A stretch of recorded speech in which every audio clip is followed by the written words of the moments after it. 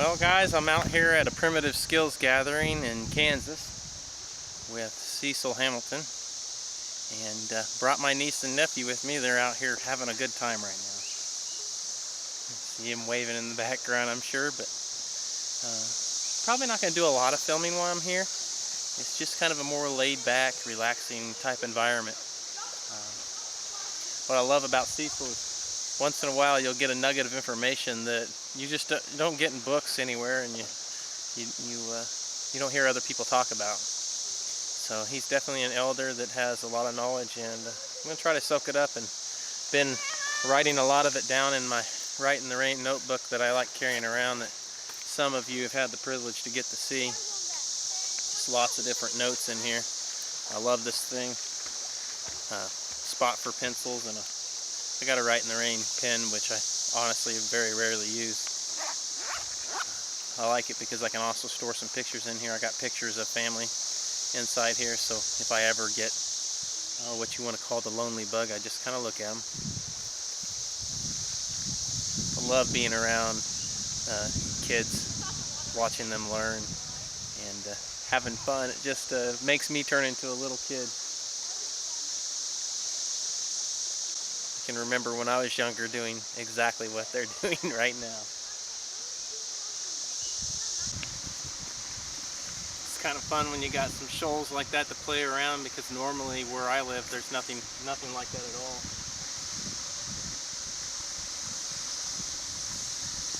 Take a few pictures of them, send to their parents.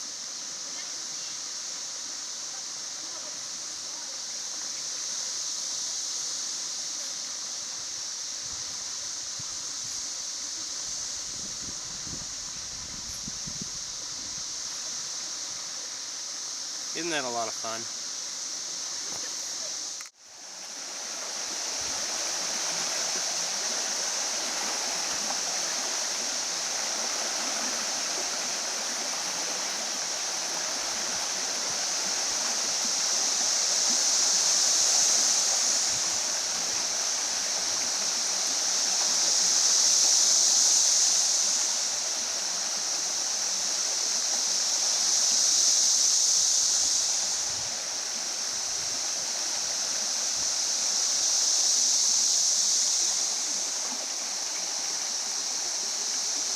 Feels good.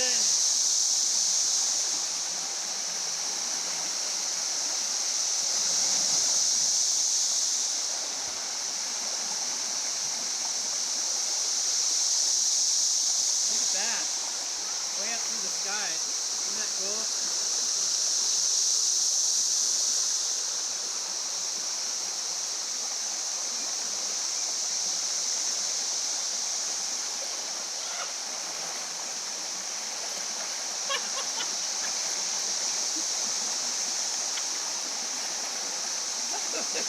Ah, it's a little powerful right there. Sorry. Oh my gosh. Okay.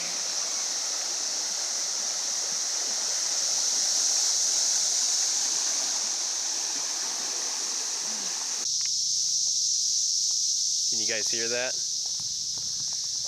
Yeah, that's all them locusts. They're getting a little wild and crazy. I actually love it, especially when it starts getting a little bit darker outside, which it ain't quite there. They get a little rowdy, let's just say that. And they get quite louder. I thought I'd walk around this trail a little bit with you. And, you know, I kind of wanted to film some of the primitive skills that we were learning here. But the truth about filming is, when you got a YouTube channel, you kind of have to, for the most part, have permission to have the people in your video. So other people basically need to give you permission to film them. And it's extremely hard to do. It really is, especially when there's a group of people. So I just didn't pull the camera out. Plus I was trying to enjoy it, and it's really hard to enjoy going to these things if you're always pulling the camera out. So I didn't do that. I did pull it out a few times, as you've seen, Just me kind of playing around while I was out here. Brought my niece and nephew, so they're having a blast. They are having a good time. So we swam a little bit in the river and just kind of enjoyed that much. And we went on a lot of plant walks. We have ate a lot of wild edibles. Cooked them up and whatnot. We, working on tanning a hide at the moment. It's kind of a group effort, per se. It's been really hot. At least I'm not used to it yet, to be truthful. We've, what else do we do? We've made primitive fish hook, done primitive fire,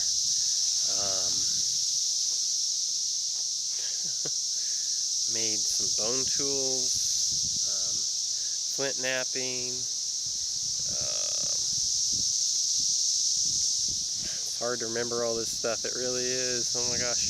We've done quite a few different plant walks, which I found very interesting because we'll walk different areas. And we filleted a fish with a rock, a piece of flint, or a chert.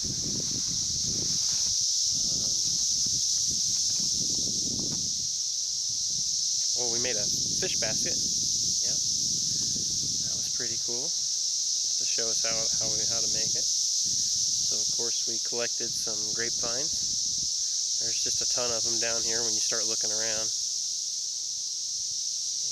And yeah, tomorrow I'll be headed out of here in the morning. That way I can do some things I need to do at home and see the wife and kids.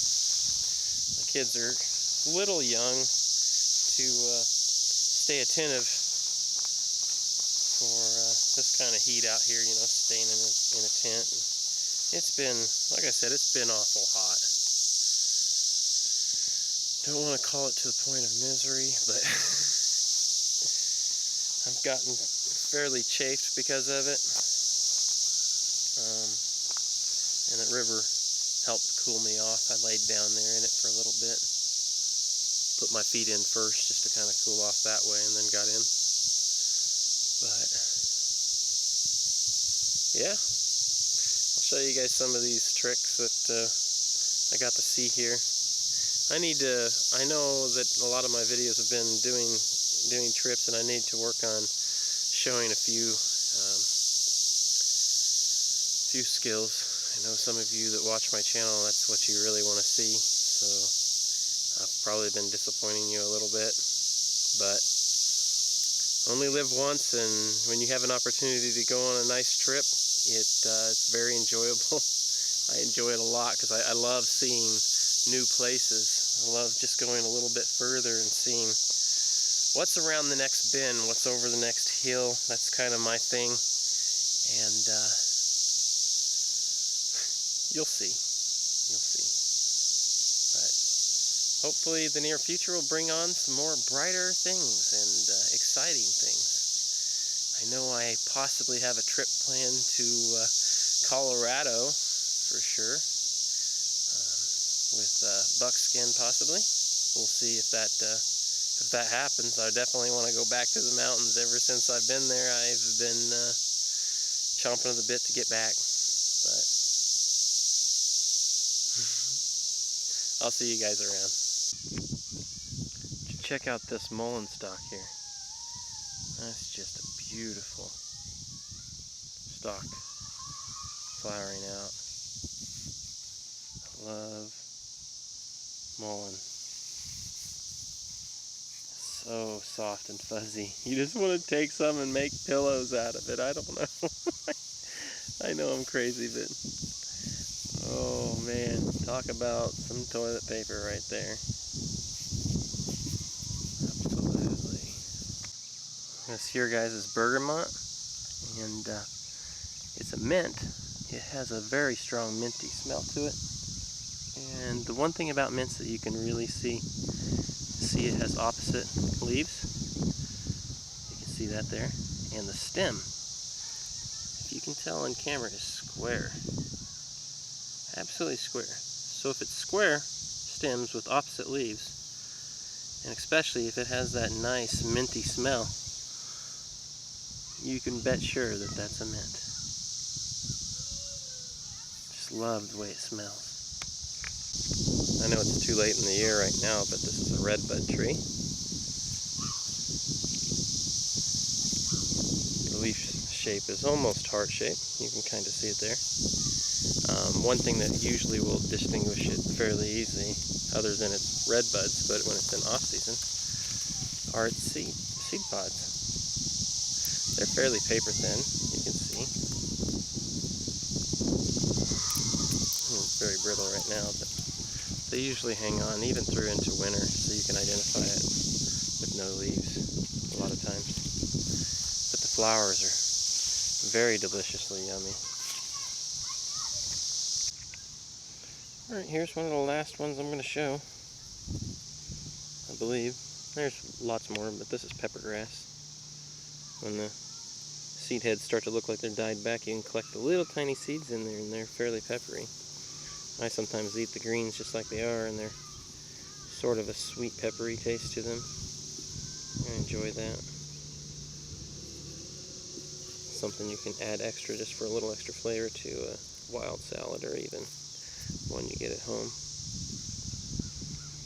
You can kind of see how small the seed heads are compared to my hand. They're not very big.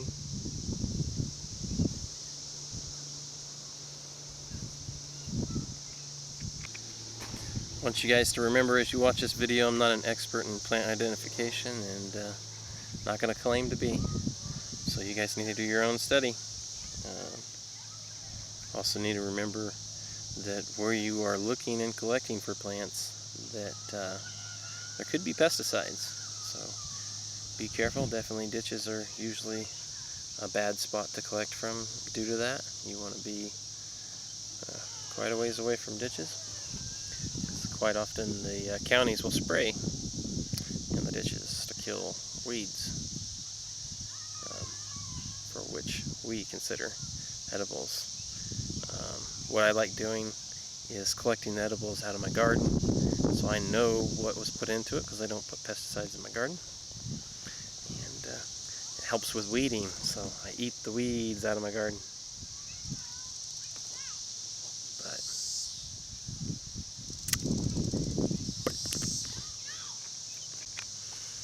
Please, before you do any plant identification, consult with an expert, somebody probably local in your area. Definitely makes you more comfortable when you're searching out plants if you see somebody else eating it, and if you get more than one person